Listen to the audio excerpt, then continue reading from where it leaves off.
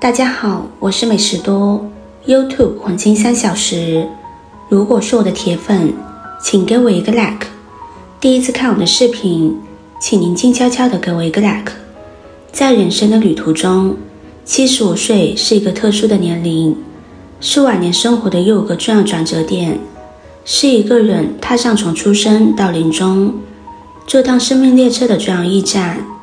它不仅代表着接近平均寿命的数值，更能初步推断你是否成为人生赢家的可能，以及预示着75岁后晚年愿景。当75岁到来时，你如果有下面这些指标和特点，还能做到这3件事，那绝对是人生赢家。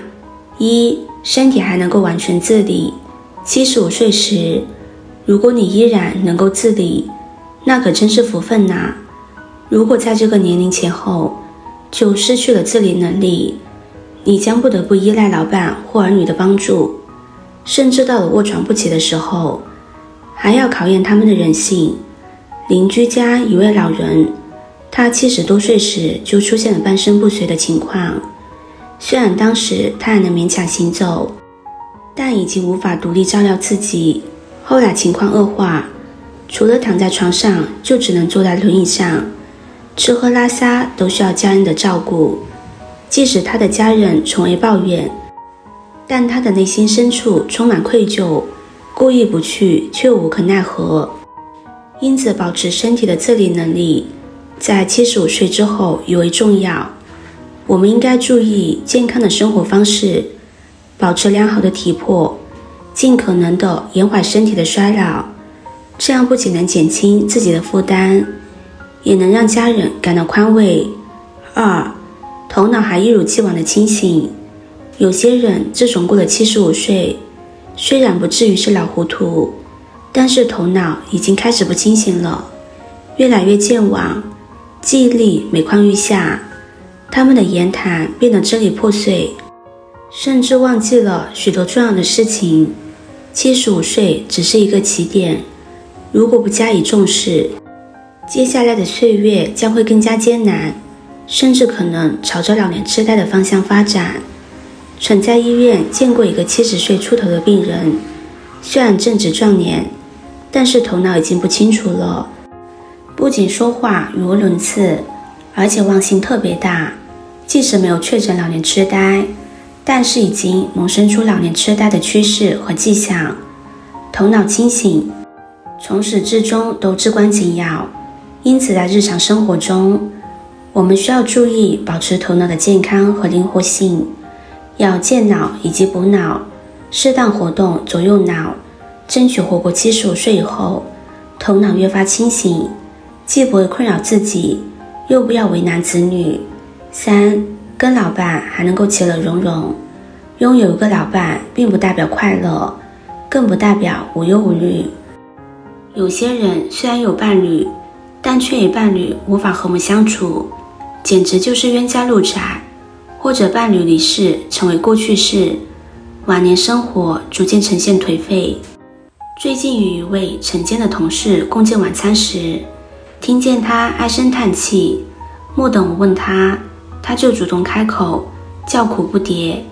原来是他的老伴一直闹着要离婚，否则就吵吵闹闹，家里一片混乱。他感到能倾注自己一生努力的家庭经营失败了，只能勉强维持，不再指望与老伴互相照顾或支持。从75岁开始，如果老伴还健在并身体健康，就应该以和谐相处为重，以包容对方为重。在这个时候放下脾气与执拗，放下你对我错的争执，是为了对方，更是为了自己。我们需要互相扶持，共同面对晚年的挑战。只有这样，我们才能从头赢到尾，享受美好的晚年生活。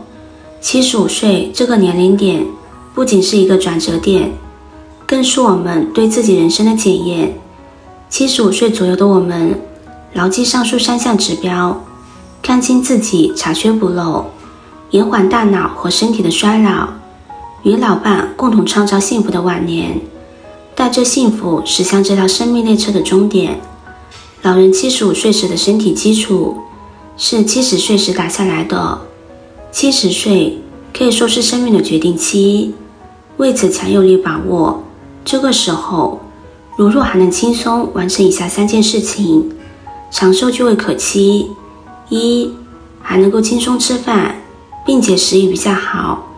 人的生存离不开吃喝，想要长寿离不开吃好喝好。吃好饭，谁都会短时间内吃好饭，可能大部分人都能够做到，难在长期吃好饭。吃饭不仅要能吃，而且要上升到会吃的层面。长寿的老年人在吃喝方面有些共性，既不会暴饮暴食，又不会出现饥一顿饱一顿的情形。吃饭适时并且适量，无论是吃什么或者吃多少，还是什么时候吃，都要结合自身实际情况量身定做，营养尽可能全面，尽可能均衡。长此以往，会加大健康长寿，减少病从口入的概率。2. 还能够轻松大小便，并且有规律，在日常生活当中没有出现不正常的现象。吃喝拉撒是人生必经的过程，因此在注重吃喝的同时，需要注重拉撒。3. 还能够轻松睡着，并且睡好觉不是奢望，而是顺其自然的事情。睡好觉很重要，睡觉会发挥承上启下的作用，既是为了实现休养生息，又是为了蓄势待发。相对年轻的时候，年过70睡觉轻得多，睡眠毛病基本上有增无减。倘若由此种种导致睡不好觉，不仅会给精神状态带来负面的影响，而且会成为日常生活一大困扰。如若你即使过了70岁，也能够轻而易举做到不过早睡觉，不过早起床，睡觉期间不会频繁起夜，恭喜你在这个年龄时，在睡觉方面如果努力做到，既要讲究质量，又要讲究数量，归根结底是会打造出适合自己的睡眠方式。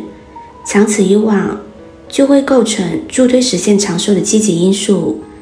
以上我们讲述了70岁时吃喝拉撒睡觉这3大日常生活。生命在于运动，健康正常的吃喝拉撒睡与适当的运动密切相关，为此轻松运动照样需要提上日常。轻松运动并非盲目运动，并非为了运动而运动，明智的运动就是适合自己，具调适时以及适量。不合时宜的运动是过犹不及，甚至会适得其反。其实长寿有时候就蕴含在日常生活当中，既要擅长发现，又要擅长运用。即使出现或轻微或严重的乱子，也需要及时拨正反乱，及时矫正偏差。自己既然最了解自己的身体，自己既然最在意自己的身体，也就需要自己多留心自己的身体。细节变化不仅会影响寿命，而且会成为身体机能的晴雨表。生活中时刻把这些细节的变化作为参考的依据，就能够早做准备，早做打算。毕竟人有远虑，才能够避免近忧。到底什么是美好人生？说到美好人生，你会想到什么？绝大多数人的第一反应是金钱、名望和成就。不是说这些不重要，拿金钱来说，有钱往往使人更容易幸福快乐，虽然富到一定程度后，幸福曲线就走平了。明智的使用财富，人就可以拥有更多自由，更多选择。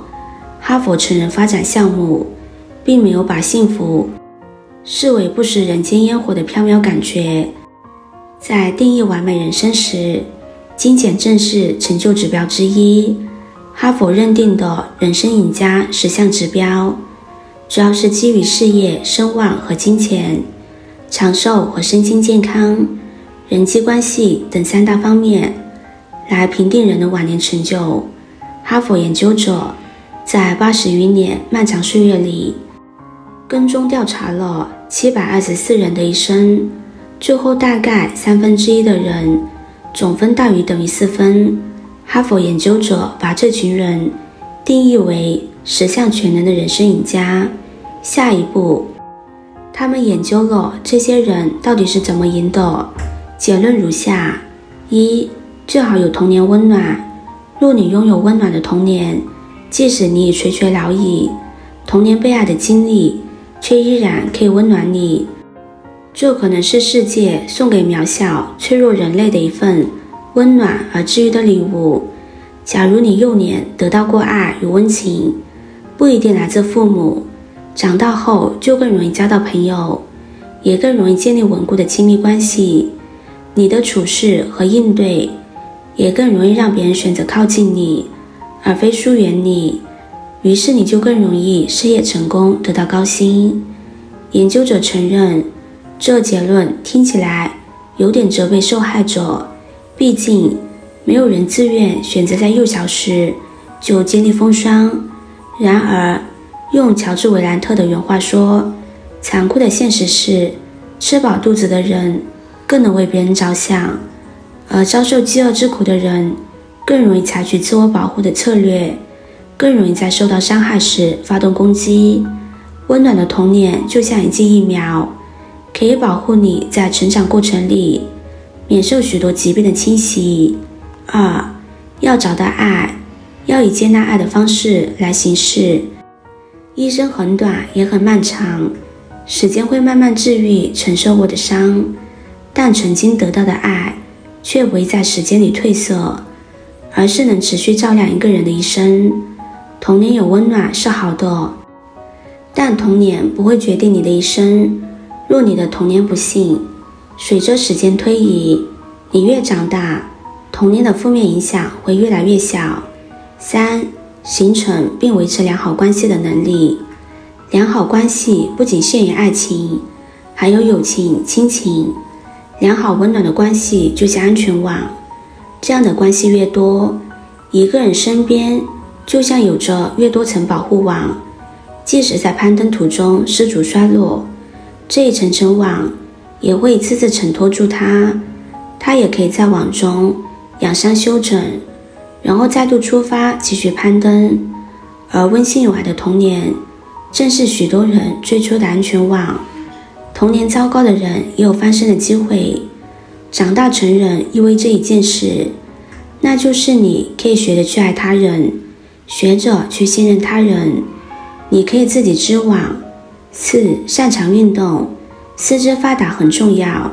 相比起来，是否含着金钥匙出生，反而不是影响最大的决定性因素。运动的更重要意义在于能够健脑，运动改造了大脑。对于年轻人来说，运动可以促进大脑发展；对于老年人来说，运动则可以暂缓大脑退化。长期坚持运动的人，大脑也在逐渐变聪明，不知不觉中便跟其他人拉开了人生的差距。5. 千万不要酗酒。人人都知道酗酒不好。哈佛的成人发展研究第1项明确指出，酗酒是生活里问题和不幸的起因，而非结果。往往是酗酒先出现，然后才出现了失业、离婚和穷困潦倒，而不是悲剧先发生，然后人们才开始酗酒。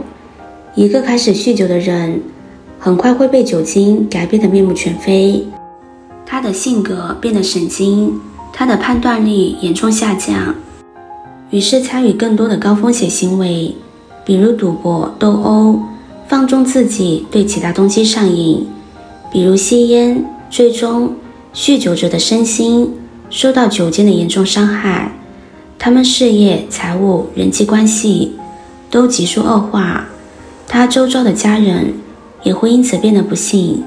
在哈佛长久的跟踪研究中，一次次的出现这样的模式：一个人先酗酒，然后变得反社会；一个人先酗酒，然后变得抑郁，不是先抑郁，然后为了缓解抑郁而去酗酒，而是开始酗酒导致了抑郁。